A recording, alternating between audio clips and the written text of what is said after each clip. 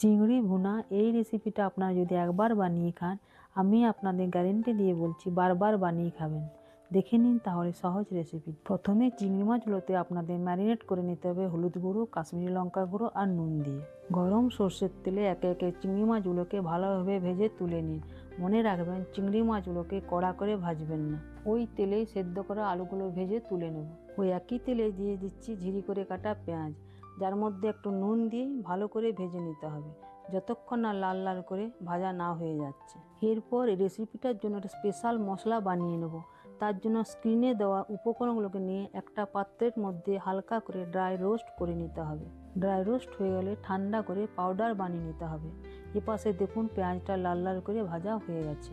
এরপর আমি দিয়ে দিচ্ছি আদা রসুন বাটা আর তারই সাথে কিছুটা কুচনো কাঁচা লঙ্কা।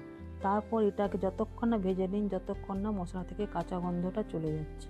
এরপর একটা বাটির মধ্যে কিছুটা দই নিয়ে ওই স্পেশাল মশলাটা মিশিয়ে দিতে হবে। ঠিকমতো মেশানোর জন্য একটু জল দিয়ে দিলাম।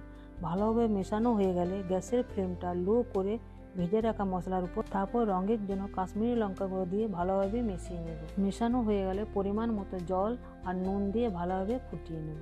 ফুটে গেলে ভেজে রাখা আলু আর ভেজে রাখা চিংড়ি মাছগুলো দিয়ে ভালোভাবে মিশিয়ে নিন যতক্ষণ না ফ্লেভারটা ঝোলের মধ্যে ভালোভাবে চলে আসছে। টক ভাবটা ব্যালেন্স করার জন্য সামান্য গুড় দিয়ে দিলাম, আপনারা চিনিও দিতে পারেন।